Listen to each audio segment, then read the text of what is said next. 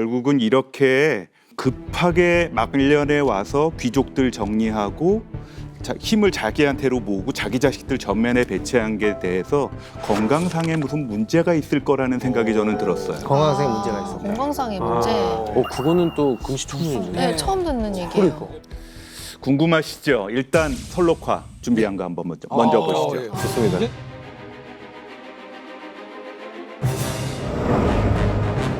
뭐야? 아픈데? 어디 아프시구나. 뭔가 되게 힘들어 보이고 연락해 보고 어디가 아픈 분이에요. 네. 정복왕다웁지 않은 모습이에요. 그렇죠. 애들도 많이 낳아야지, 궁녀도 여럿 것, 왕비도 여럿 있어야지, 싸움해야지. 성도 몇십 개 해야지. 네. 훌륭한 왕, 뭐 착한 왕 계속 네. 그러다가 뭐 술을 먹었네, 여자가 어떤 하는 게 나이로 얼추 계산을 해보면 50대 중반까지도 볼 수 50대 있겠더라고요. 중반이요? 30대 생각해 보십시오. 후반에 데뷔했으니까. 요새 청년이라고 얘기하는 50대 중반은 요새 몸이 어때요? 건강? 네. 건강. 요즘 사람이야. 어때요? 네, 뭐 달라진 점이 있으세요 혹시? 달라진 점? 네. 사실은 뭐 몸이 피곤하다 이런 거는 어렸을 때부터 피곤했으니까 잘 모르겠고 화약 체질이었어요. 화약 체질이에요. 네. 화약 체질인데 저는 좀 나이를 먹는 게 좀 좋더라고요. 솔직히 얘기해요. 왜냐면 나이를 먹으니까 사람들이 나한테 너무 공손해져. 다들 좋아하려서. 친절해지고. 난 그래서 좋은데 50대 그러면 제 주변의 친구들이나 이런 친구들은 다들 어떤 지병을 그렇죠. 한 두 개씩은 자격증처럼. 갖고 있어요. 한두 개씩은. 네. 근데 뭐 저도 50대지만 네. 이제 슬슬 나이 먹는 거를 느끼는 게 언제냐면 친구들 부고가 와요. 진짜 벌써요? 맞아요. 그리고 그러니까 나는 정말 건강하다고 생각했는데 어느 순간 내가 그 글을 읽고 있을 때 이러고 내가 글을 읽는다든지 정말 오늘 제가 처음으로 이 자리에서 공개하는데 오늘 이게 귀가 안 들리는 거예요. 근데 이비인후과 가니까 저보고 보청기끼라고 하더라고요. 진짜로요? 내 시대는 끝났어 이제. 와 진짜 이제 썬킴 슬프다. 선생님의 시대는 끝났네요. 이렇게 극단적으로. 아니, 본인이 인정을 하셨으니까요. 예, 그러니까 이제 결론은 노화가 시작이 됐다는 얘기죠. 노화.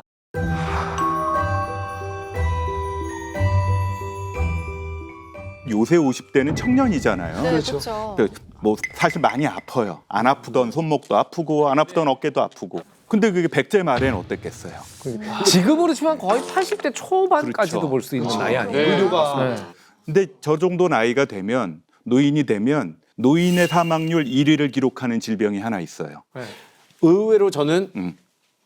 감기였을 확률이 좀 있을 것 같습니다. 왜냐면은 의료가 발달이 안 됐잖아요. 그때 해봤자 침이었잖아요. 그렇지. 그러네. 그러니까 그냥 가볍게 걸리는 걸로 오히려 독감으로 가겠습니다. 그래도 사망률은 역시 심혈관 질환이죠. 네. 혈관, 심장. 혈관? 네. 아니면 성병 이런 것도 옛날에 그때 못 고치지 않았을까요? 온통 거기에만 그냥 쏠려 있는 아까부터 성병이요? 예. 감기, 유력하다. 심혈관 질환 틀렸습니다. 암. 정답입니다. 역시 변호사님.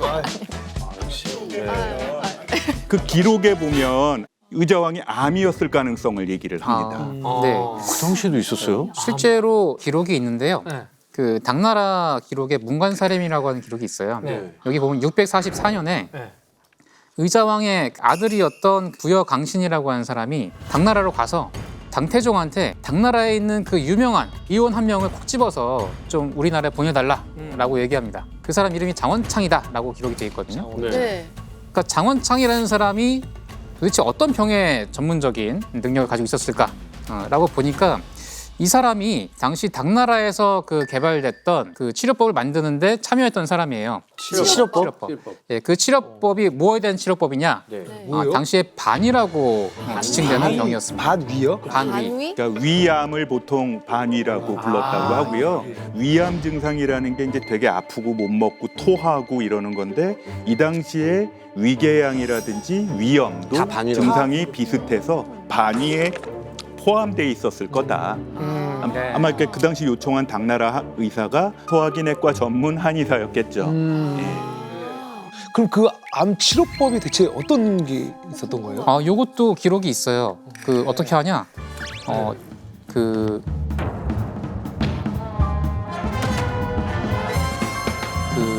당나귀 오줌을 당나귀 오줌을 따뜻할 때 먹여요. 네, 따뜻할 때 먹여요.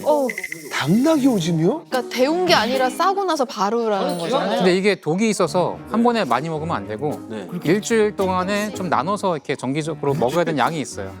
내내 먹어. 당나귀 오줌을요? 네. 이게 저는 왜냐면 이게 이 근거가 있을까요? 너무 신기하다. 의원들은 한번 먹어본 거예요? 의원들이 한번 먹어보고 효능이 있는데 궁금해. 근데 이거를 과연 정말 먹었냐? 네. 영조 같은 경우에는 마통차라고 맛통차. 줄기차게 먹었어요. 말똥차에 말똥. 말똥차를 말똥을 갈아가지고 이걸 물에 타서 마셔요. 왜 먹는 거예요? 그런 그리고 거를? 루아 커피 같은 거 아니에요? 루아 커피 같은 거죠. 그죠?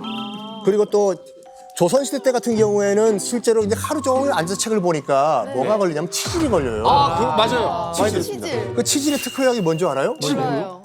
토끼똥을. 아니 뭐 똥을 그렇게 많이 먹어요? 토끼똥을. 그래서 토끼똥을 항문에 발랐다라는 기록이 있거든요.